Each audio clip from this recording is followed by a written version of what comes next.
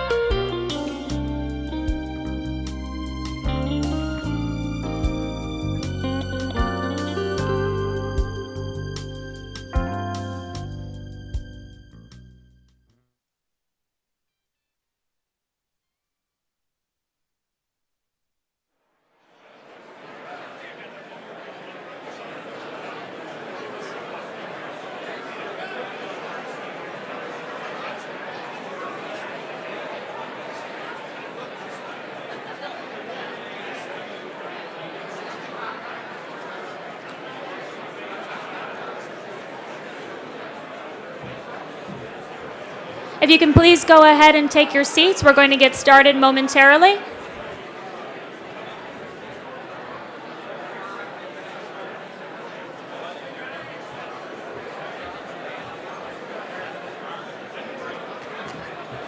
What an unruly crowd. I'm gonna let Bob be down. Right.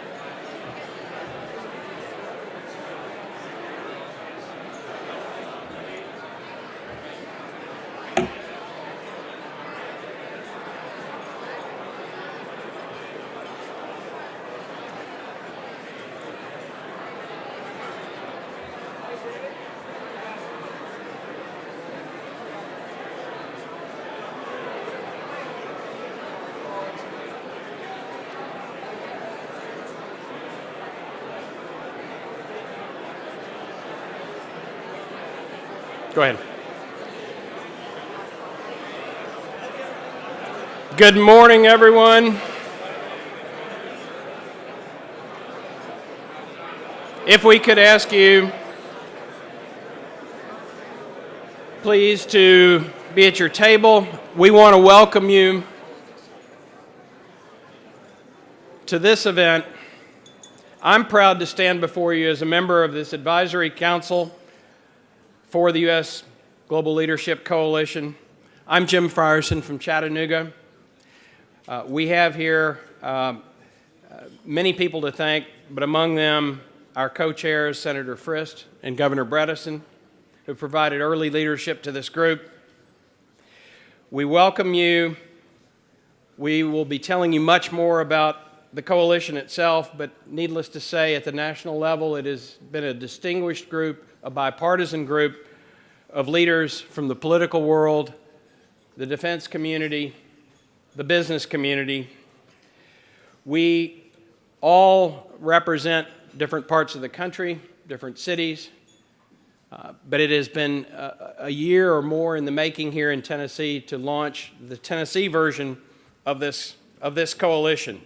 Today, we're here to discuss Tennessee's engagement in the global economy, the impact that economy has on us, and the leadership in particular of our senator and my former mayor, Bob Corker.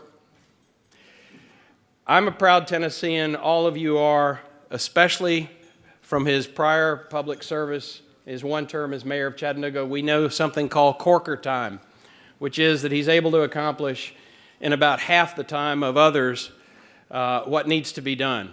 And in that one term, what he accomplished, you can see today in Chattanooga, and we're happy now to be sharing him as a junior senator from the state of Tennessee, and most importantly, as the ranking Republican on the Senate Foreign Relations Committee. To get us started today, Senator,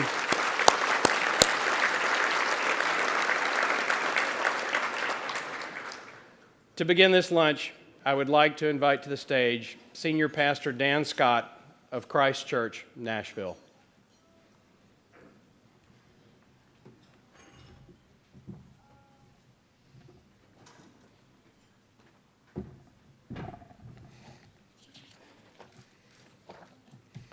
Well, thank you, Jim. I'm Dan Scott. I pastor Christ Church Nashville, which is an evangelical community on the south side of our city. And I'm here today representing the U.S. Global Leadership Coalition's Tennessee State Advisory Committee, which brings together faith, business, veteran, and civic leaders to show our support for America's global leadership. The church that I pastor, Christ Church Nashville, is an evangelical community, but it is faced with many of the kinds of situations in the changing world environment that you represent in your various businesses and responsibilities that you have. Our church takes seriously the command of the Lord to care for the widows and orphans, and so our church actively works both at home and around the world to care for both the physical and the spiritual needs of others. And that means in a globalized world where the heartland of our country is newly globalized, we are facing international issues on our doorstep and across the street as well as around the world. There are many things that our congregation has been doing to address the global need and as well as the need of refugees and the immigrant community around us. And so in all of our various ventures and our groups, churches and community groups, we are all trying to do that.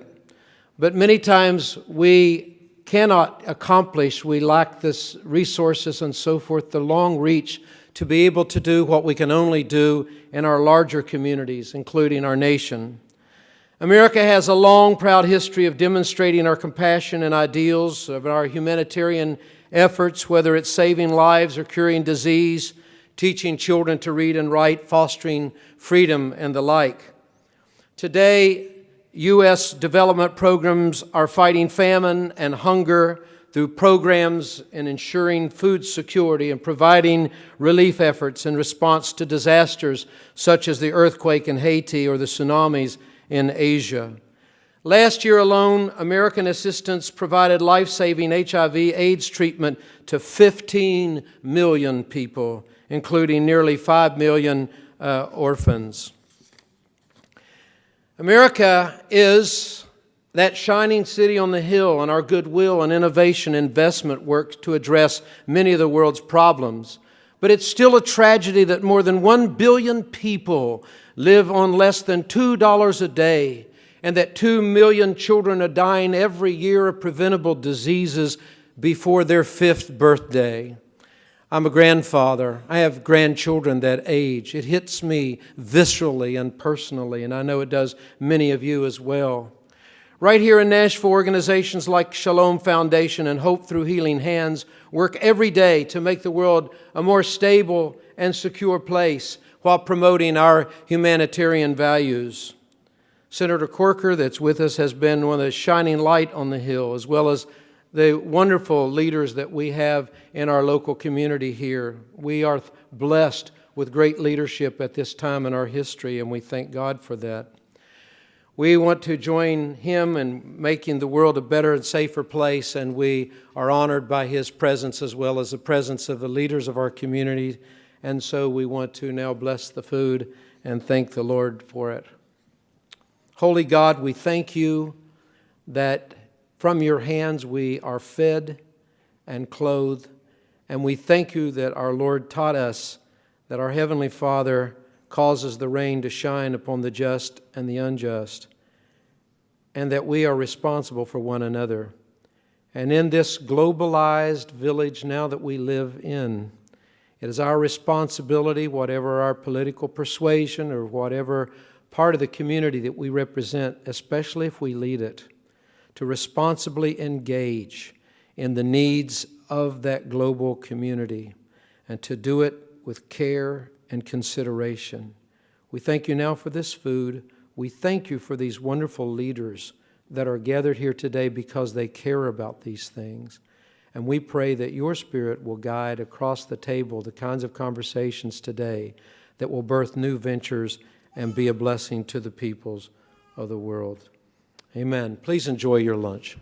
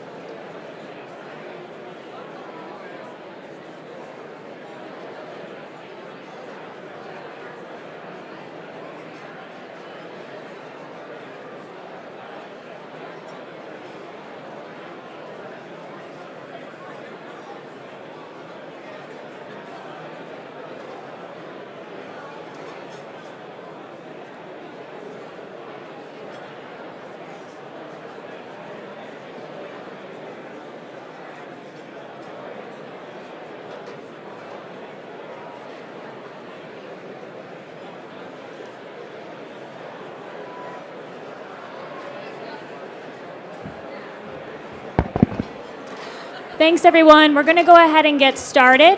They're setting up some extra seats in the back and some more on the side.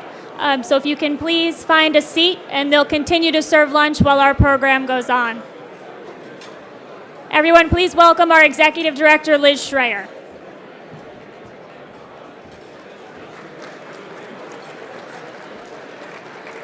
Good afternoon, everyone. One thing I've learned is Tennesseans show up. You're all fabulous. I know that there are a lot of people still without seats and lunch is being served, but I want to be respectful to both the senator and governor who have tight schedules today, so we want to continue the program. Good afternoon again. I'm Liz Schreier. I'm the founding executive director of this group, the U.S. Global Leadership Coalition, that is organizing today's event, and I'm absolutely thrilled to be in Nashville and be with all of you.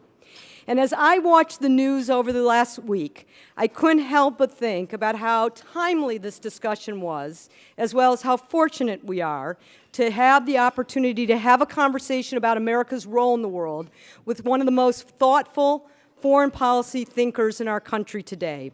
And Senator Corker, I know I speak for everybody, that not only do we thank you for being here today, but we thank you for leading and being a voice, for making sure that America has the tools, the resources, the policies in our foreign policy to advance our national interests, and we thank you, really.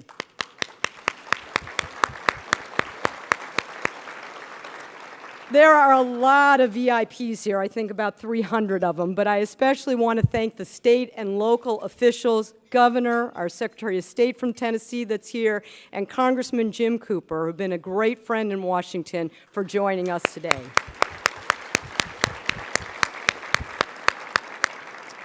And I can't name them all, but when you look at the back of the program, you'll see a list of a fabulous group of members of the Tennessee our advisory committee, led by our new co-chairs, Senator Frist and Governor Bredesen, and we thank each and every one of you for being part of that committee. So who is the U.S. Global Leadership Coalition? We were called years ago by the Washington Post the Strange Bedfellow Coalition. And in Washington, as you know, not enough of different types of people talk with one another. And we're very proud that we have brought together over 400 businesses and nonprofits, groups from CARE to Caterpillar, from Walmart to World Vision, from American Red Cross, FedEx to AIPAC, and so many more. We boast an advisory council of kind of the who's who of national foreign policy and national security expertise. It is chaired by General Colin Powell. It includes every living secretary, former living Secretary of State, from Henry Kissinger to Hillary Clinton. And along our leadership is a growing voice of the military. We have over 150 3- and 4-star retired generals who have added their voice as part of our National Security Advisory Council to the importance of not the military, which they believe in very strongly, but the civilian tools of global engagement, and a group, many who are in this room, of 30,000 veterans who call themselves Veterans for Smart Power. And so what brings this strange bedfellow coalition together is our belief that America must remain engaged and be a leader in the world. Not just because it's the right thing to do, as Pastor Scott said so beautifully a few moments ago, but which is very important, but it's also the smart thing to do. That a small and strategic investment, just 1% of our budget, for programs in global health, in economic development, and diplomacy are really essential for our long-term interests in terms of our economic and security. I mentioned to someone this afternoon I'm going to fly out to my alma mater to help move in my youngest son to college. And I'm thinking about my own studies of international relations and how I used to have debates about whether or not we should use more hard power or we should use more soft power. And it's a debate that I think about my son and our children that are in school today will never have, because it's an outdated debate. That's not the debate. The debate is about how we use our smart power. And what we mean by smart power is the use of development and diplomacy alongside defense, the use of a range of tools to advance our security and economic interests. Now, I know that there are a lot of Americans who have a very wildly incorrect view of how much foreign assistance we spend in this country. All the polls show that Americans believe we spend about 25% of our federal budget on foreign assistance, when the actual number is just 1%. And the good news is that it's really working.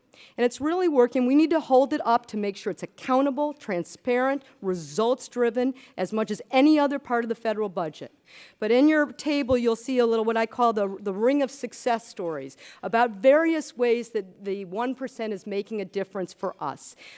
Stories like in South Korea, who were a foreign aid recipient just 40 years ago, and today are the 7th largest trading partner for America. And I was in Africa just a few months ago, and I went to South Sudan and Tanzania. And of all my trips, this one, I will never forget a woman named Veronica, who you can see. Veronica is a small shareholder farmer in a very rural part of Tanzania, and she was barely able to make ends meet.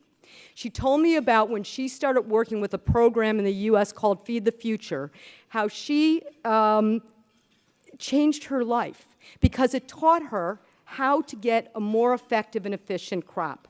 She told me today she has a used truck that she can now buy. She sends all 11 of her grandchildren to school, and she is teaching 15 other women in her village the same kinds of wonderful programs she learned.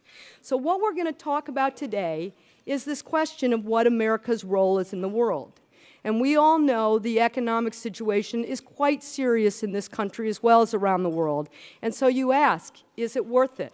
Is our investment in the world matter to us here at home? And what I look at, and I'd end with, is that I think the answer lies in this room, that American innovation is changing this world and understands how important the world is. I meet all over the country people, Americans in private sector and nonprofits, who are innovating smart power in a way that's making a difference overseas and here. Like Chris Bollinger, I don't know if I've seen him yet, if he's gotten here, but a president of Hecate, which is a Nashville-based energy company who's partnering with U.S. government to help bring power and electricity to people like Veronica in Tanzania and Kenya. Remember, in those countries in Africa, 85% of them don't have access to power. Caterpillar, a huge important company here in the state, has a program called Equip Youth, where they are bringing and helping young people get into the labor community, very important in very fragile states where the economic is key to the stability. FedEx, who does enormous work in helping in disaster relief and charity and all throughout the world. And a couple who I don't know if they've also gotten here yet, but Steve and Cheryl Jones, right here from Nashville, who took their 30-year Tennessee plant nursery, and they partnered with the same program, Feed the Future, the same one that Veronica I talked about did, to improve the livelihood of Rwanda farmers and reduce the number of malnourished children. So I think Americans really get it. I think Americans understand that we can do good and we can do well, that we can help people overseas and we can create stability and we can create jobs right here at home. So I thank you. I thank you for being part of this conversation today. But I think more importantly, I thank you for being part of our journey. And the journey that I ask you to join us on is to add your voice, just like Senator Corker does each and every day, about what the proper role of America is in the world, why we need to be engaged, and that journey, I am certain, will lead us to building a better, safer, more prosperous America. So with that as an introduction, I'd like to welcome two of our wonderful Advisory Council members, Wayne Goldbreth and Wes Blumenshine, to the podium.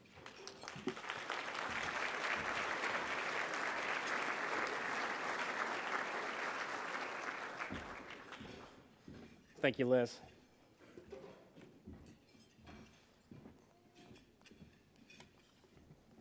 Good afternoon. I'm Wayne Culbreth. I'm a U.S. Army veteran of Operation Iraqi Freedom and a member of the USGLC's Veteran for Smart Power initiative. I've been fortunate to see the tremendous value of smart power from a number of different angles. As a soldier in Iraq, working with humanitarian organizations throughout the continent of Africa, and as a businessman here in Tennessee. While commanding a cavalry troop with the Tennessee's 278th Armored Cavalry Regiment, got the opportunity to work with local leaders in developing economic development strategies for Eastern Diyala province. I saw firsthand that the military alone was not enough to keep us safe. And that it was the investment in smart power, our non-military tools of development and diplomacy, alongside the military, that is critical in moving from the chaos of war to the stability of peace. I returned to civilian life convinced that former Secretary of Defense Bob Gates was right when he said, development is a lot cheaper than sending soldiers. So I returned to Iraq and worked in the private sector. I went to Africa to help dig wells and build health clinics in hopes of preventing poverty and create opportunity. I am more convinced than ever that Senator Bob Corker is right. Investing in smart and effective tools of global engagement is just smart policy to protect our national security. Development and diplomatic programs fight terrorism, support allies, and create stability so that we put our military in harm's way only as a last resort. So that's why I'm proud to stand with nearly 150 retired 3-star and 4-star generals and admirals who make up USGLC's National Security Advisory Council, as well as nearly 30,000 veterans and supporters nationwide who make up the Veterans for Smart Power Initiative. And I'm not alone in this commitment. And I'd like to take a moment to acknowledge the brave men and women who are here today that have kept our country safe and protect our freedom. So I'd like to ask my fellow veterans if you would stand and let us acknowledge you and salute you for your service.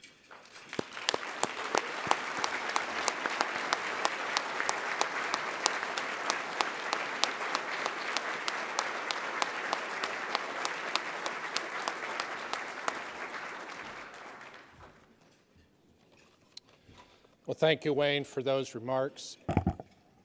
Good afternoon. I am Wes Blumenshine. I am a proud Caterpillar employee for 25 years. And Caterpillar is proud to be not only a part of today's program, but also to serve on the USGLC's National Board of Directors, a great organization doing necessary work in the world.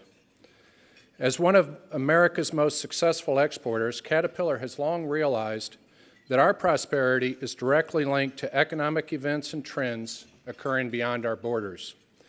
We know that if we are going to access consumers who live outside of the U.S., then we need to ensure that our country has the development and diplomatic programs in place to make American businesses competitive. This helps us export more American products and services and ultimately leads to job creation right here at home. We don't need to look very far to find evidence of how global engagement impacts us right here in Tennessee. And these are some amazing statistics.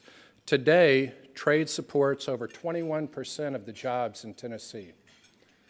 In 2011, Tennessee exported over $30 billion in goods and services to foreign markets. And over 82% of Tennessee companies that export their products are small or medium-sized businesses like MGM Industries and Border Jump. At Caterpillar, we like to say that development begins quite literally with a road. And it goes without saying that we know how to produce the equipment needed to build those roads, but it's the development and diplomacy programs funded by the U.S. International Affairs budget that in the broadest sense provide the foundation that allow those developments to take place.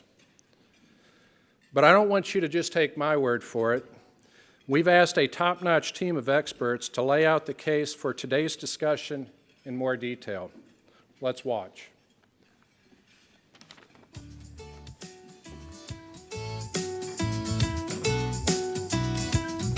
With our economy the way it is today, some people are asking why we're spending so much money overseas and not on creating jobs right here at home.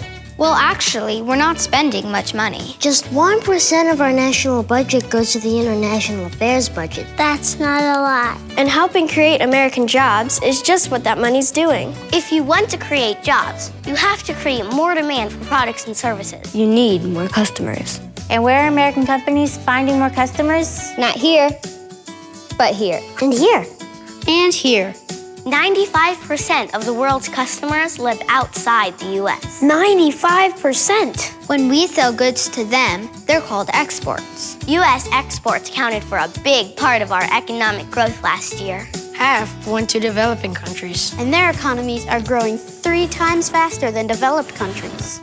And every 10% increase in exports equals a 7% increase in jobs here.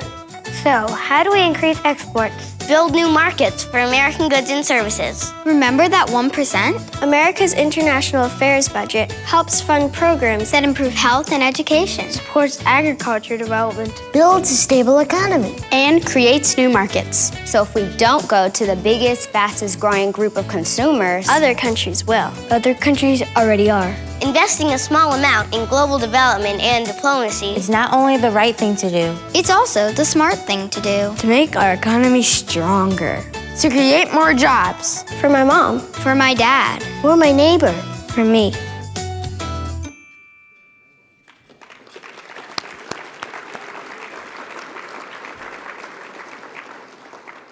From the mouth of babes comes common sense, clear-headed thinking. And I'm sure you're as hopeful as I am for our future after watching that video. It is now my distinct honor to introduce our governor, Bill Haslam. Today's conversation about America's global leadership and its impact on Tennessee is one that could not take place without the governor of our great state. Governor Haslam has dedicated much of his prestigious career and tenure as governor to jobs and economic development. He understands that 95% of the world's consumers live outside the United States, and for our economy to grow, we need to invest in opening new markets for our goods and services. Attending his first trade mission to Japan last year, Governor Haslam underscored the importance that Japanese companies have within our state economy. The 133 Japanese companies operating in Tennessee account for $14 billion in capital investment and employ over 33,000 people. This past February, Governor Haslam and the Economic Community Development Commissioner announced an international strategy focused on increasing the exports of Tennessee goods to key markets around the globe. Our governor fully understands that smart power and our engagement in the world is vital to building a better, safer world and a more prosperous America and Tennessee. Governor, we are honored to have you join us this afternoon to introduce our keynote speaker. Please join me in welcoming Governor Bill Haslam.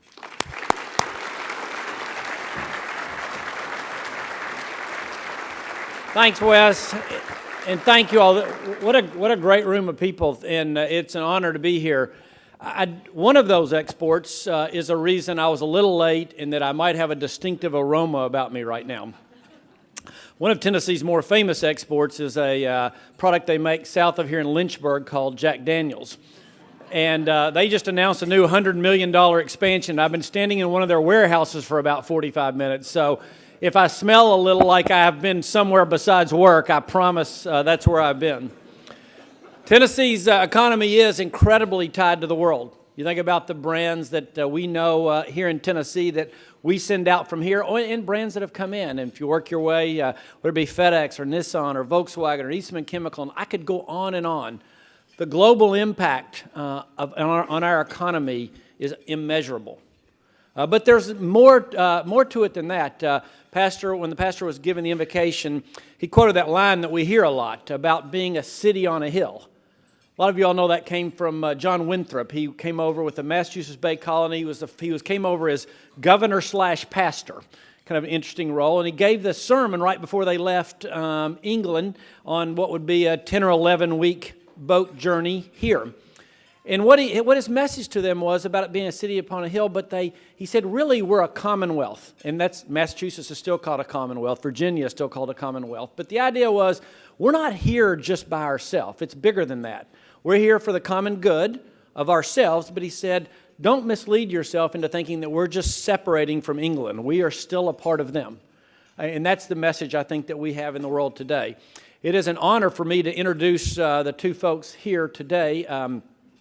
David Brody has an incredible background. If you're thinking there's not much balance in the world, here's someone who's interviewed President Obama and Sarah Palin. He's interviewed Newt Gingrich and Hillary Clinton. He's interviewed Harry Reid and Mitt Romney. And he's a political, like I said, right now he's the chief political editor for CBN, but he's also been a political correspondent for the whole spectrum, for Fox, for CNN, for MSNBC. So wherever you like to turn on the dial, you've probably heard his insight. He's an Emmy Award winner as well. But my main purpose today is to introduce somebody that I've known for, I'm starting to lose track of the years, but it's getting closer to 40, 35-something years when I knew him when I was in high school and he was in college. And it's amazing to me that the person here to talk about global leadership is someone who started his business career putting in drive-in windows for fast food restaurants. It is a long jump from there to here. But those of us who've known Bob for a long time aren't surprised in the least, because you know this. If you put anybody who's going to be successful, I think there's 3 or 4 common qualities. Number one, it helps if they work hard. It helps if they work really, really hard. And I'll talk to Bob sometime and he'll say, well, I'm on my way back from Syria. And then I'll talk to him about 12 hours later. He said, well, I'm getting ready to go talk to a group in Tipton County. And I'm like, those are 2 pretty different worlds. And somewhere in there, I don't know, I assume he slept. But if you know Bob at all, you know he's somebody who works really hard. Number 2, you know he's somebody who's smart. And he will dig in to get the right answer. Number 3, and maybe the most importantly, he's in this for the right reason. In doing what we do, you meet a lot of people, and people do this for a whole lot of different reasons. But Bob, and I hope I'm not quoting from something you're getting ready to say, but really this is kind of, you might think it's a disconnect, but decided to run for mayor. One of the things that motivated him was an experience he had in Haiti, where he saw what it looked like when there were problems that seemed unsolvable, and then the power of good government to fix things when good government was applied. And Bob has done that. Sometimes he gets grief from people on all sides of a political issue. But the reason he does is because Bob is truly trying to solve the problem. And if we had a whole lot more people who are truly trying to solve the problem, we would have a lot fewer problems. Let me just tell you one last story, and then I'll ask Senator Corker to come up. I was talking to Bob back during the financial crisis, 08, I guess, and Bob was on the banking committee. And even though he was one of the newest members, he quickly had become kind of a go-to person because he understood the issues. It was incredibly complex, and you'd be talking to him, you say, well, I was talking to Secretary Paulson today, and I said, Bob, how did you get, these are tough issues. How did you get to where you knew enough to not be afraid to ask a question? He said, well, I learned something. When you're a United States Senator, anybody in the world you call will call you back, right? You learn that a little bit. It's kind of like governors. Like all of a sudden I thought, somebody said, well, how are we going to get a hold of them? So, well, call them and tell them you're the governor. They might call you back, Well, Bob learned that as a United States Senator. And so he said something interesting to me. He said, there's no excuse not to have done your homework because you have every resource you need at the phone in terms of the smartest people in the world. One of those smart people, and somebody I'm incredibly glad is serving our state, is our Senator Bob Corker. See you, man. You doing all right, sir? Luke, good to see you. Good to see you, Bob. Thank you, sir. Thank you. Thank you. Appreciate it. Thank you.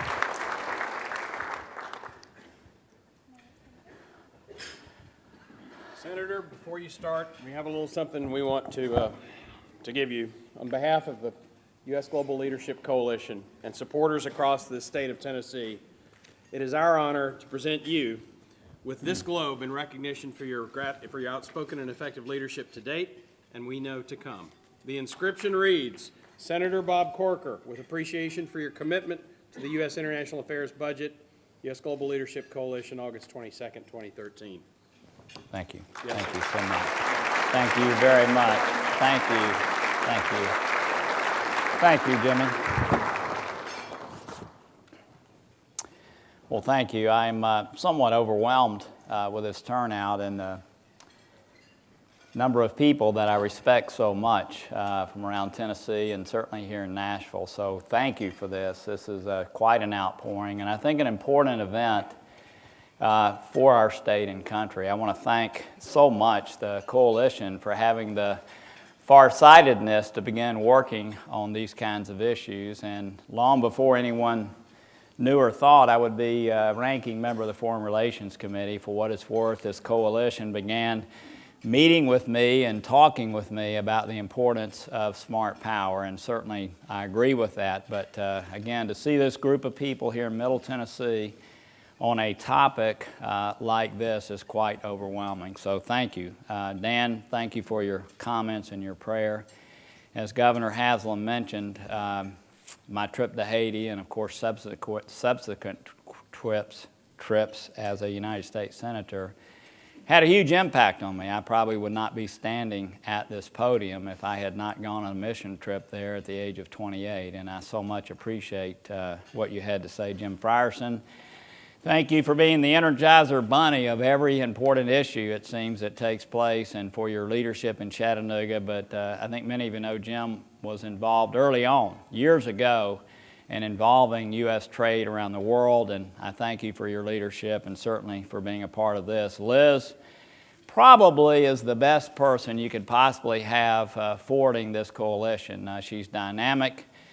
She spent 10 years, by the way, with AIPAC, and I don't know of any of you who've been involved with that organization, but I do not know of an organization in America that does a better job of putting itself forth. And so, Liz, thank you for your energy and your foresight and for asking me to be here. Wes and Wayne, obviously approaching it from a little bit different point of view, and I appreciate that because we have a debate right now about smart power, and it really affects every aspect of U.S. society. So I thank you. And of course, Governor Haslam, I've known him actually, Governor, it's been 40 years. I was counting it up yesterday.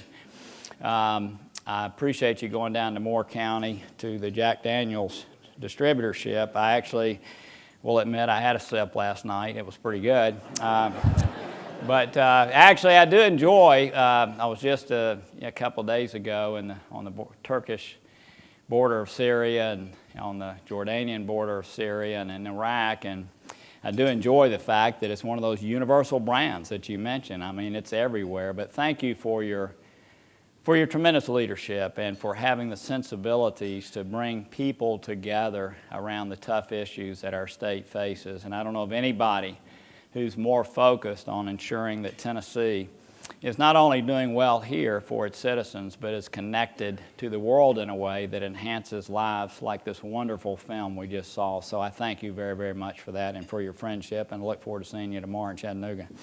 So let me just, I don't give long talks. I'm not much of a speech maker.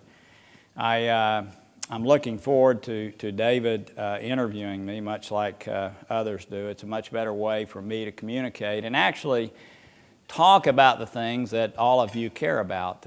If I go off on a long speech today, we don't have time for Q&A. Obviously, it's likely that I will not talk about the things you want to hear. But let me just give a couple of comments. We do have a debate in America right now, and it's a debate that I'm afraid has a lot of demagoguing taking place, and not the kind of factual presentations that I know will take place today and have taken place by earlier speakers.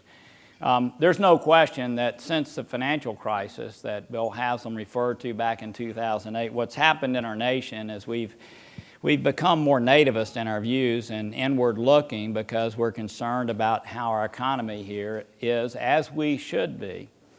And in that, we've lost a little feeling about ourselves. We've questioned a lot of things. I mean, the free market system has been questioned. A lot about the United States has been questioned by our citizenry. And in that type of atmosphere, a vacuum is created, and people can begin to say things about this very topic that you're talking about today that, in my opinion, are not the way forward for us to go. And so there is this debate. It's an important debate, and I think you hear people taking advantage. And as was mentioned, we spend about 1% of our country's budget, not our GDP, but our budget on foreign aid. And yet, if you would hear the conversation that takes place on the Senate floor sometimes and sometimes on these Sunday morning programs, you would think it's that 25% number that was alluded to a minute ago. I heard one of my colleagues, that's a word we use in Washington, I apologize. I heard another senator say last Sunday morning on one of these programs that all of us participate in that we're giving aid to a country and they don't even like us. Well, that's not why we do what we do. I mean, the reason that we are involved around the world and the reason that we do the things that we do around the world, or should do them, is because it's in our own interest. I mean, that's what the U.S. government is about, is advancing our own United States interest. And nothing could be more stark in that debate than the debate we're having right now over Egypt. And I know that we're here to talk about smart power, and some of that aid is certainly not focused necessarily on the kind of aid that you're talking about today. But if you think about it, we have 4.5% of the world's population in the United States of America, 4.5%. We have 22% of the world's economic output. And what that means to people here in Middle Tennessee is that we are far more focused on what's happening around the world for our own standard of living here than other countries are. There's no country in the world that has that kind of ratio. 4.5% of the citizenry, 22% of our country's gross domestic product. So things that matter, like for instance, us having first priority shipment, our U.S. ships through the Suez Canal right now. We get priority there. And sometimes people in Tennessee that are focused on raising their families and going to work and doing the things that they do don't sit back and think about the fact of how important that is to our economy. I was interviewed just a few days ago by a lady whose day job is with Marriott, and Marriott in that part of the world is certainly being affected, and that affects jobs back here. But also our security. I mean, the fact that people can get up here on Sunday morning, Dan, and feel relative security going to work, or going to church that morning, having jihadists in the northeastern part of the Sinai Desert is something that over time breeds a situation that can create insecurities here in our country. So I hope that what you will do, and I hope that what we as policymakers will do, is more clearly lay out to folks that the reason we do the things with the 1% of the budget that we have here in the United States as far as our government spending goes, the reason we do that is because it's in U.S. national interest to do that. And I think y'all have done an outstanding job today in your earlier presentations laying that out. I think it's very, very important for our nation to be able to do that on a steady basis because, and again, in this period of time where United States citizens are shaken really by the state that we find ourselves in, where our economy's not where it should be, where we have these tremendous fiscal issues, where we have this discord, it's easy to step into that and demagogue in a way that I think is very, very bad for our country. I want to speak on just a couple more topics and then turn it over to you, and I hope you ask really good questions, okay? One of the big issues that I know that Liz spoke of South Korea, and I was also recently just there, right after President Park came into office. As a matter of fact, I was there. I was with Abe in Japan. He just came into office. I was in China. We had new leadership there. It was all happening at the same time. One of the greatest threats to smart power or to U.S. aid in general really, again, is ourselves. We're going to have a debate this fall about a very important issue that affects all of us, and I think that most of you know I've been centrally involved in this issue, which is our fiscal issue. I've got a meeting at the White House on the 29th to again try to further that discussion. But I will tell you that as much as we're doing right now, hopefully furthering our cause with aid and the kind of things that are happening around the world, we're being hurt far more by this issue of not being able to deal with our fiscal issue. President Park, again, a country that years ago we aided. Now they're a huge trading partner for the United States. They're a country of stability in that region. This little lady, about this tall, just wore me out, okay? I mean, I was actually kind of taken aback by our meeting. It lasted much longer than I thought, and I got to none of my topics, okay? But she just absolutely tore into me in a fairly diplomatic way. about the fiscal situation that we find our country in. And I find this all over the world where people are questioning whether the United States of America is going to be able to honor the commitments that we have to places like South Korea, to places like Japan. And I think you see the outgrowth of that, where the Japanese Prime Minister is now looking at potentially changing the constitution of the country, doing things that cause them to be far more militarily engaged, something that, as you know, after World War II, they went in a very different direction with our leadership. And so these things play themselves out in a way that certainly make our country, in my opinion, the world, much less safe. We have some opportunities, and I'll speak briefly of those and then sit down. I talked to the governor after being at a security conference in Munich earlier this year. And I have to tell you, I was pretty puffed up. I went to this meeting with McCain and Graham and Ayotte and a couple of others, and it was mostly focused, as many generals here in the room today and other military folks know, on our security arrangements with our NATO allies and others.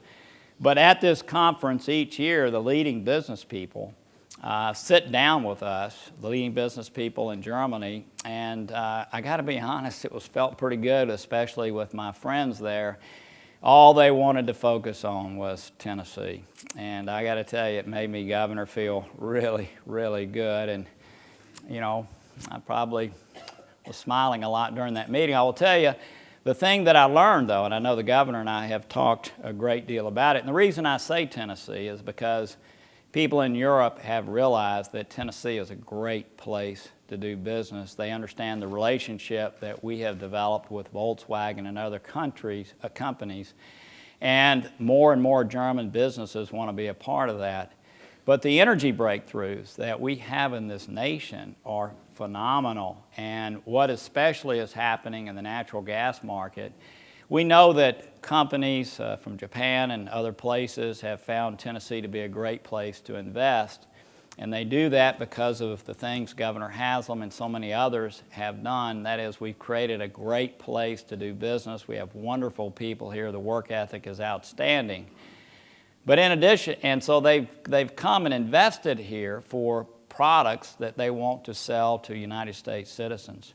Because of the energy breakthroughs that are happening, and candidly because of some not good decisions that are being made in Germany and other places regarding their future energy needs, they're beginning to want to invest in this nation to ship products, believe it or not, back to Europe. And that is a tremendous sea change for us. And I know the business people who spoke here earlier before me know that. Secondly, we have tremendous opportunities right now as a country with this transatlantic trade agreement that is being discussed by the administration.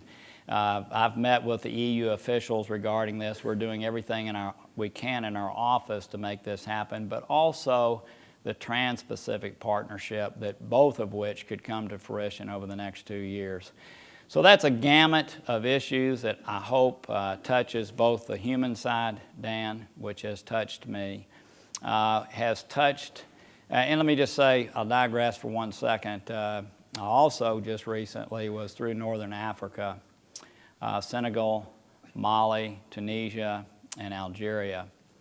And especially in a place like Mali, incredibly impoverished place. I think y'all know that the French army just was in there dealing with Al-Qaeda-like groups and other militant groups that are going back and forth between Mali and Algeria.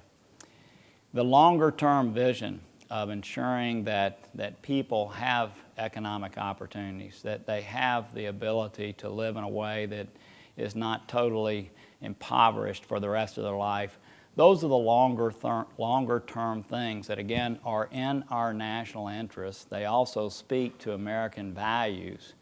But it's important for us to realize that many of the issues we deal with are acute, like Syria, like Egypt, but many of them are longer-term issues. And it's that aid that hopefully improves the lives of people there immediately, improves governance, improves democracy movement, improves transparency and corruption.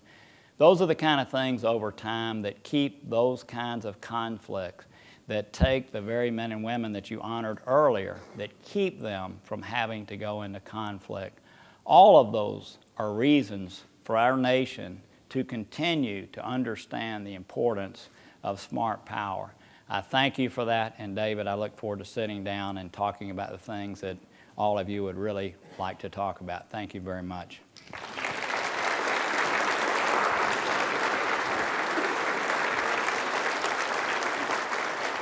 Wonderful, that was great, thank you. A politician who is short and to the point. You're looking at one right here, ladies and gentlemen. I'm definitely short. I got that. Well, listen, let me, Senator, before we get to some of the questions, just a few housekeeping notes.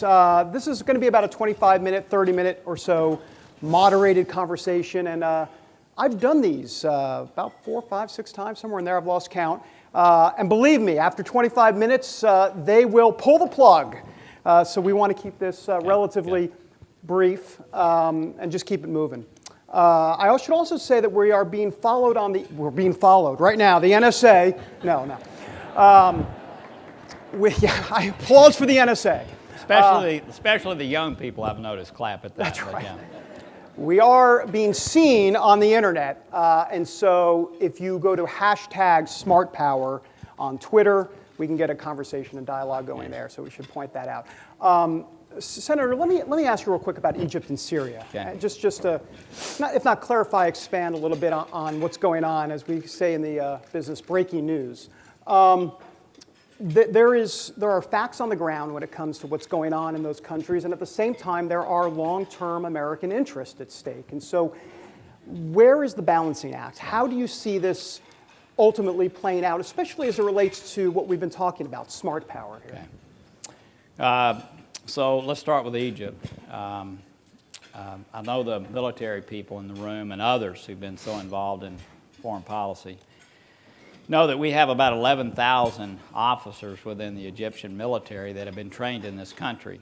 And for that reason, they understand American values, and we've had ties, obviously, for a long, long time.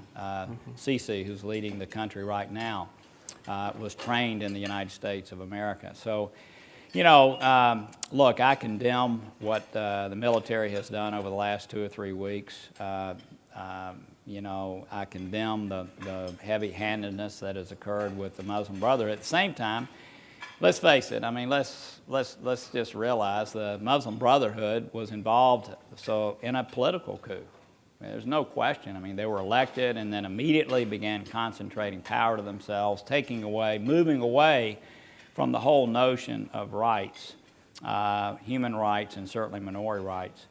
And I think one of the mistakes that we make in our country is we think if we move to the ballot box with an election that we've created democracy. And unfortunately, in so many Middle Eastern places, and I was just with Prime Minister Maliki in Iraq, and he's candidly doing the same thing. Now, it's at a much lower level, but so many people that get elected quickly in the Middle East think the election and the ballot box is democracy, where all of us know it's about governance, and it's about making sure you're inclusive. It's about making sure that you're causing the country to function. So look, my position is very nuanced. I've talked repeatedly with the White House this week and the week before from there, and that is this. Look, I understand we've got to suspend some aid. I understand that. I mean, the military has not conducted itself in an appropriate way. The last thing we want to do, though, is cut off our ties. And my sense is we've been doing the same thing in Egypt now for 35 years. It's the same kind of aid every year. They ask us for the same type of foreign military sales. I see these military leaders shaking their heads up and down. This is a bad situation that's developed. We're now in what I would call the cycle of revenge, where one group kills a group, another group rises up, and it's, again, standard operating procedure in so many places in the Middle East where aunts and uncles and sisters end up being killed, and then they want to seek revenge on others. I mean, relatives of someone getting killed want to seek revenge. So to me, this is a tremendous opportunity, not one that's come because of good circumstances, for us to recalibrate our relationship. I do not want us to cut off an aid relationship to Egypt. I think that is absolutely cutting our nose off to spite our face. We need to have a relationship with the military. We need to have a relationship through our other soft power with just the citizens of Egypt. And again, one of my quote friends in the Senate last week was saying, why do we give aid to these people? They don't even like us. Well, you know, I wish they liked us.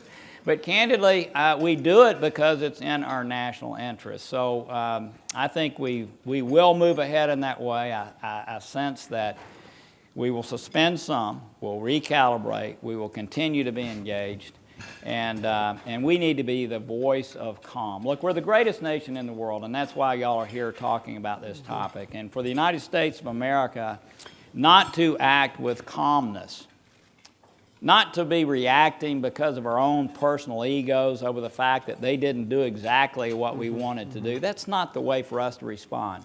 Our way of responding should be that we are mature, we are the greatest nation on earth. It is our role to try to create calmness in a situation like we have. We know that our friends and their neighbors, I mean the UAE, Saudi Arabia, let's face it, they have a different goal. They want the Muslim Brotherhood crushed. You know, our aid, at least the aid we're talking about, is about $1.5 billion. They've committed $12 billion and already delivered $5 billion.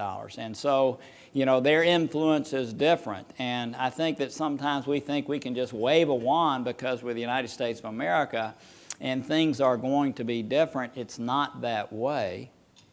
But still, I promise you, everybody in the region does take note when we speak, does take note when we act. And again, it's in our nation's best interest to continue to be very, very involved in Egypt. And Syria, I've answered so long, I'll be brief.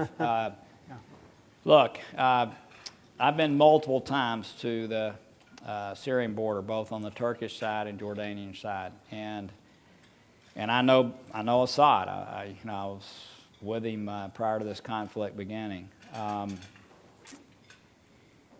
We had national interest when Assad began doing what he was doing with the citizenry there. There's no question we had some national interest. I would say the national interest that our nation has multiplied greatly since you've seen the al-Qaeda elements moving into Syria.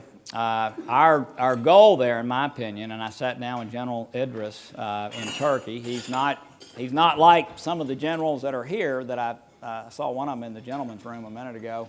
Not like our commanding generals. He's more of a defense minister, bureaucrat type guy. But I still believe, and I authored a bill to do this, that what we should be doing in Syria is to be training and equipping and supporting through humanitarian efforts the vetted, moderate opposition there. And I think we should be focused on the day after Assad.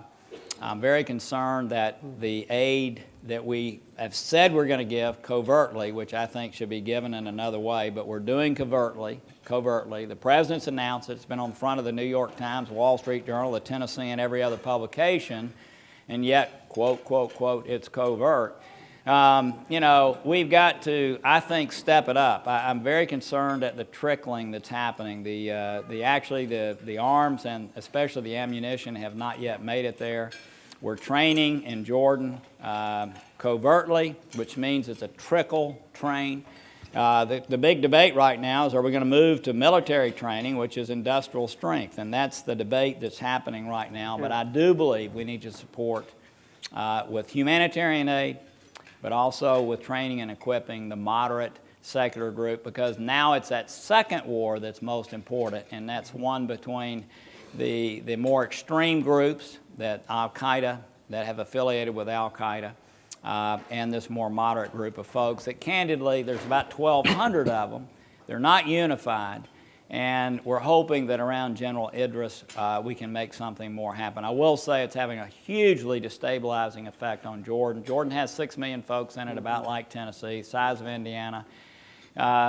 They'll have by the end of this year about 20% of their population will be Syrians. They have almost no water in that country. They're the 4th lowest in the world. Their water resources are being strained. Their power is being constrained. They have people that are coming in with arms. It's going to destabilize the country if something doesn't change, having a hugely negative effect right now in Iraq, where again, due to poor governance, Iraq, Al-Qaeda is finding its way back in. So Syria is very important to us. Egypt is very important to us. And as a nation, we need to continue to stay involved and step it up, in my opinion, in Syria. All right. We are going to do a few more questions here. We are going to open it up to folks in the room, all of you. So if there is a question that you have, please write it down. There should be some index cards, and you can write them down. The staff here will collect them, and we'll ask those questions in a moment. I do want to ask you a little bit about being mayor of Chattanooga, a businessman, very successful one at that.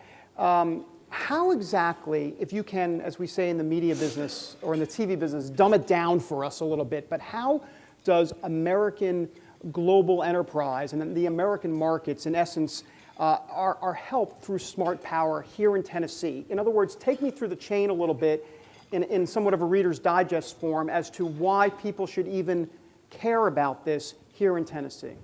Well, I'll give you, again, just the formula that I want to repeat over and over again, because it's been, I think, our best way to talk to citizens about aid, especially when so much rhetoric is around this issue. Again, I go back to the fact that, you know, look, we have the, I guess people measure these things in different ways. I would say we have the highest standard of living in the world, okay? And we have the best opportunity for young people who are in this room because of the way this nation is. And again, if you just go back to the basic issue of having 4.5% of the population and 22% of the world's GDP, it matters that we are involved globally. I mean, the reason that we have such a different standard of living and economic output than so many other countries is because of our involvement in globalization.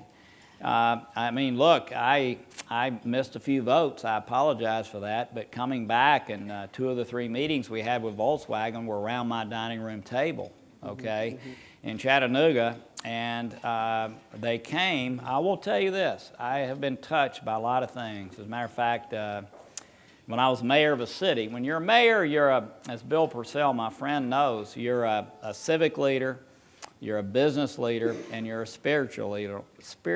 And you know, if you go about it in the right way, and there's touching moments that occur, I think, every single week you're a mayor. As a senator, it doesn't happen quite as often. The most overwhelming incident, moment that's ever occurred to me in my public life, and I can't even talk about it now, was announcing that Volkswagen was coming to Chattanooga, Tennessee, because I knew that immediately thousands of people's lives were going to be immediately impacted. So, you know, to have the kind of relations that we have in this country, to keep safe passage of our vessels around the world, to be able to deal with governments around the world when issues are involved. I mean, Caterpillar was up here earlier. I mean, they know for sure the impact of all of this. So again, I can take you from where we are with this formula to, again, the most moving experience that has ever happened to me ever in public life, and that is knowing that because of the efforts of our nation, and certainly the efforts at the local and state level, we had a company that was going to come to Chattanooga, and it was going to affect immediately thousands of families. Speaking of these moving experiences, you mentioned at the podium that when you were 28 and you went to Haiti, and that you said that you would not literally be part of this movement, most likely, if you didn't go to Haiti exactly. Yeah. Explain what happened there, and especially as it relates to the compassion angle when it comes to smart power and why that's so vital in all of this. Well, I went on a church mission trip when I was 28 years old, and the church that I attended needed someone who knew a little bit about construction to lead this effort, and that were me, okay? And so, I went, and I just don't, I know that so many people in this room have had these same kinds of experiences. I know members of Dan's congregation certainly have. But I think to go to a place where people are so impoverished and yet they appreciate so much with so little that they have, the little effort, candidly, let's face it, I mean, you go on these trips, you go down, you come back. I mean, who is the person that's affected? Is it the person in Haiti that you helped with maybe a minor clinic or something where you're adding on to the school, or is it you? I would suggest that most Americans who've done that, and I know we have many in the room that have, you're the person that ends up being touched by that experience. And I think I couldn't be traveling around the country or world doing missional things. I had a company that was growing at 80% a year, was by that time operating around the country. So I began looking at issues within my own community, and that led me to understand we had lots of people there without decent housing. I led a civic endeavor to help about 10,000 families there have decent housing, had to begin talking about it, and thus I'm here today. So that is it. I think from the standpoint, though, Haiti's a place that just is so, I mean, it just seems like we're never going to get there. I mean, the governance structure down there is so terrible and always has been, and it's sad. And we have so many people from Tennessee that are directly involved there. I would say on a bigger basis, let's face it, people around the world, if they have an opportunity to see that economically their life can be improved through appropriate means, if they see that there's a way forward, they're far less likely to be involved in things that it's not unlike what we find in cities all across America, in inner city populations where people have no hope and things end up occurring that are harmful to our country. So Smart Power is a longer term approach, okay? It's a longer term approach, and I'm using y'all's word. By the way, it's not a term I use a lot, but I'm going to use it because y'all use it. I talk about it in different ways. But it's a longer term approach to trying to alleviate some of the very same problems that we try to alleviate in our own nation, so that over time behavior is an opportunity, and certainly not to speak even of PEPFAR and all the things that our nation can be certainly hugely proud of what we have done, especially around HIV. It is unbelievable what the United States of America has done with compassion to save the lives of so many people around the world. Again, those kind of things give people hope. It's less likely with that hope that behavior that's detrimental to the world takes place. All right, there are a few questions here that I want to ask you from the audience. There's Lindsay Long, who is a U.S. Marine veteran, asked this question to you, Senator. What or who do you see as the greatest threat to the security of the United States, and what steps can we take to increase our security? Yeah. Look, it's hands down. It's a simple no-brainer. It's us. It's a no-brainer. Our inability to have the discipline and courage to deal with the fiscal issues that our nation is dealing with right now is by far the greatest threat to our nation. Nothing else compares. Nothing.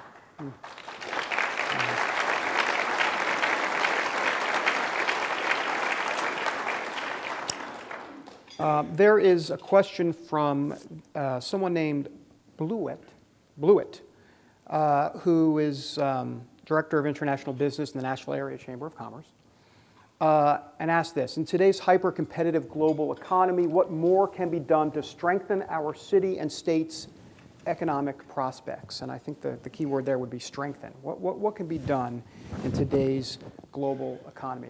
Things are changing. Things have been changing for a while. Well, I still, obviously I believe the best things that happen to improve, communities happens at the state and local level. And so, but I think the world is changing rapidly. I think about, the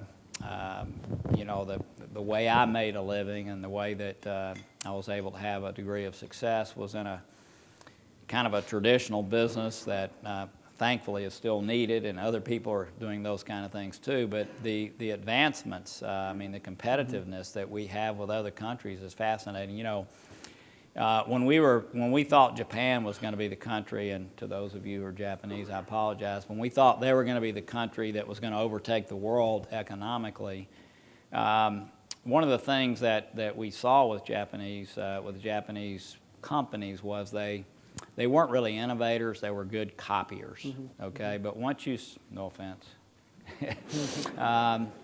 What you're seeing in China, though, is something that's very, very different. I mean, these young people are great innovators.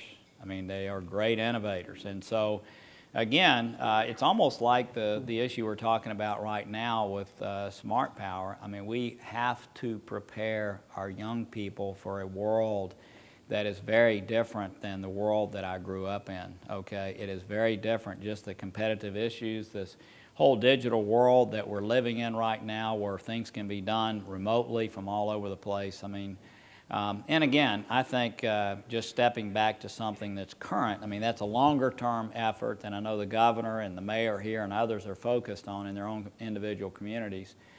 But the trade issues also, I think, are very, very important. I mean, one of the things that is important are the Western values, the U.S. values that we, I mean, let's face it, I mean, intellectual property, you know, stealing that is theft. The values that we have, the rule of law, all the things that go into ensuring that you can prosper.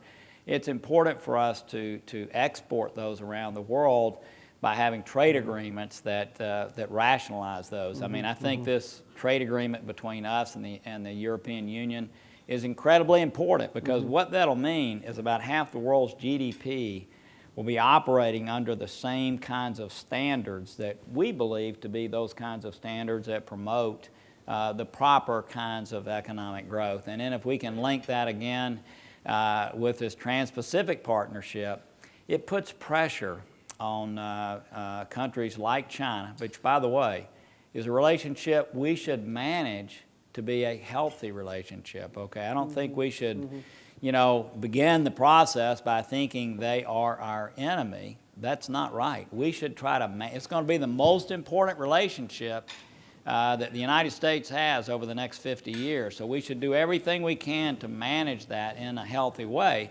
But by having this Trans-Pacific Partnership, a trade agreement between us and countries, especially in that part of the world, it puts increased pressure on China to conduct itself under those same standards and customs, which are very important to us.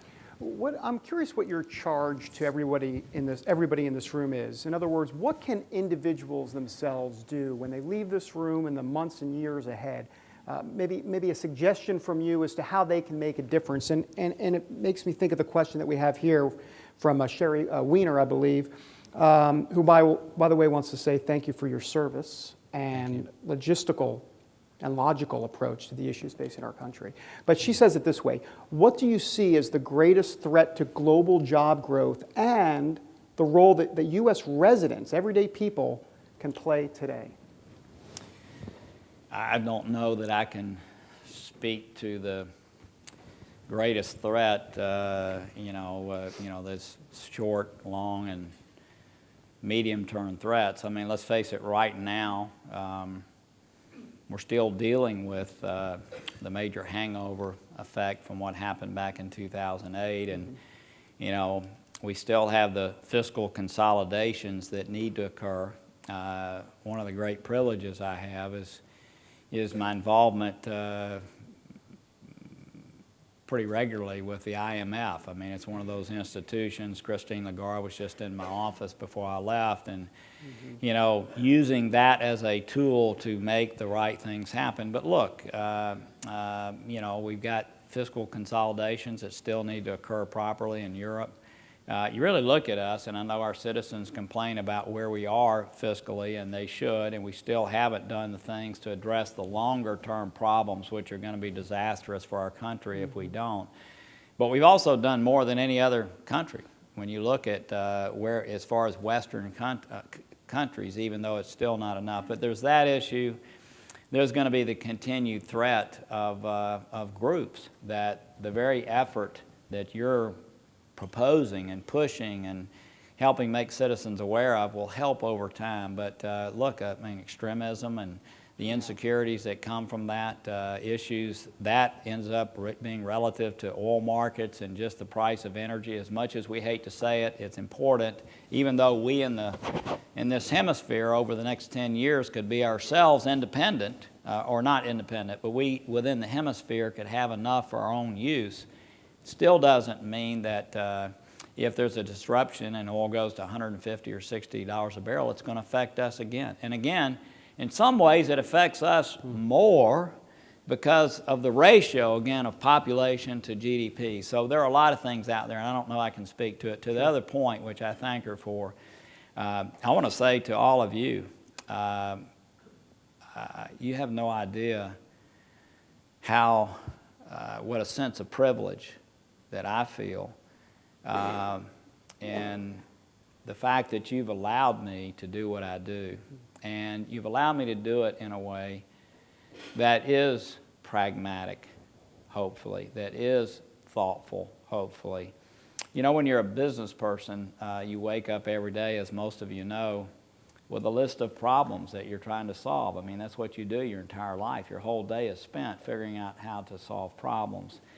And I've been able to take that to the Senate, and somehow I've found myself in the middle of I mean, this is just a blessing. I'm not in any way bragging. I find myself in the middle of almost every big issue that's happening right now in Washington. And because of the way that you have dealt with me and supported me, and I mean just support through moral support, you allow me to conduct myself in a manner that is able to use pragmatism on a daily basis to solve these problems. So thank you for that. Well, and I just want to also say, we've only got another minute or so here, so let me just, if not ask you a question, maybe more of a statement, and I'm curious to get your reaction to it, which has to do with a little bit of what you talked about, which is bipartisanship on Capitol Hill, and especially as it relates to smart power, because I would think this is an area where Democrats and Republicans, conservatives and liberals to a degree, might be able to find some common ground if it doesn't get demagogues, so to speak, into that aid, international relations aid is just all about military and tanks and all of that. That's where this money's going, that the money serves a much broader purpose. Good luck trying to answer that in about 45 seconds. Yeah. That's your biggest challenge for today. I'm glad you mentioned bipartisanship, because I looked over at this table and realized I hadn't recognized Jim Cooper. So Jim, it's good to be with you, and I'm glad you were mentioned earlier. So, and I have always, am I still on? You're on. I've always enjoyed working with Jim and still do, and there's a lot, certainly in our delegation, a spirit of cooperation that doesn't exist in a lot of places. Look, let me go back to the fiscal issue. We've got to solve that problem. Whenever anybody comes in to talk to me about anything, and we have mayors coming up talking about roads and buses and you name it, and I say, look, guys, and I did the same thing, by the way, when I was mayor, but the point is that until we solve this fiscal issue, everything we do in this nation is going to be under threat. And candidly, I know this sounds like rhetoric, especially because of the side of the aisle that I'm on. I promise you it's not. It is really hurting us around the world. It makes us look so unimpressive that we have this issue. We're the greatest nation in the world, and we can't figure out a way to come together and solve it. And by the way, the right solution is not going to make Jim perfectly happy, nor me perfectly happy, and we know that, but yet I promise you it's an issue. So what I would say to all of you is, look, that issue is going to continue to put pressure on aid. The slow growth in our economy, where people feel frustrated about their own lives here, puts pressure on aid. But I'm just thankful that this group of people that is so respected, Colin Powell was in my office not long ago. God, I just respect him so much. And the people, the coalition that you have put together here, my hat is off to you for putting this coalition together, made up of of people from former secretaries of state, but also respected generals and people throughout the aid world. The fact that this many people in my wonderful home state of Tennessee and here in Nashville would come out for this kind of event, I would just say to all of you, look, we're going through again a period of time where our confidence in this nation has been shaken. We're beginning to move out of it, and I just would say to all of you, Caterpillar has employees. Dan has members of his congregation. Luke has friends that he sees on a daily basis. Let's remember how important what we do with 1% of our budget is to our economic security, to our personal security, and to the security of those young people that so artfully put together this film just a minute ago. And I thank you. I went over 45 seconds, but thank you so much for this opportunity. Senator Corker, ladies and gentlemen. Thank you, sir. Senator Corker, David Brody, thank you all very much for a fascinating conversation. We all benefited from that. I am George Ingram, and as the founding president and now chair emeritus of this organization, but most importantly as a native Tennessean, it's a great pleasure for me to be able to close this program. As my colleague Liz Schreier always says, the difference between a good meeting and a great meeting is what happens afterwards. And we have a few things for you all to do afterwards so that we make this a great meeting. One, you will see on your table an action card. Please sign that and turn it in to a U.S. Global Leadership staff as you leave. Two, share with your colleagues back home and the leaders of your community what you've heard and what you've learned here today. If you're a veteran, make sure that you sign up to become a veteran for Smart Power. Visit our website. Follow us on Facebook. And over the coming months and years, join us. Join us in conference calls we originate from Washington, in meetings with policymakers, and in other education programs that we will be carrying out across Tennessee. You have a very important congressional delegation, and you can make a difference in their work. As we close, I want to make sure that everybody knows who Evan Stewart is. Evan, where are you? Stand up and wave your hand. There we are, right back there. Evan is the Regional Outreach Associate for Tennessee. In a few minutes, while he's still talking to you all, he's going to send you a note that you'll get on your email asking you to take action from today's meeting. One, send us the names of your friends and colleagues back home who should be part of our effort. Two, send a letter to your senators and representatives and tell them of your support for a smart foreign policy. And if you haven't met Evan, make sure you introduce yourself as you leave. And finally, I want to thank Evan. I want to thank Megan Nathan, who many of you all have met over the last 2 years that we've organized in Tennessee, and Gray Sasser, who has lent to us his knowledge of Tennessee and his networks in helping us to build our presence here. And again, thank all of you for joining us today, and have a good afternoon. Thank you.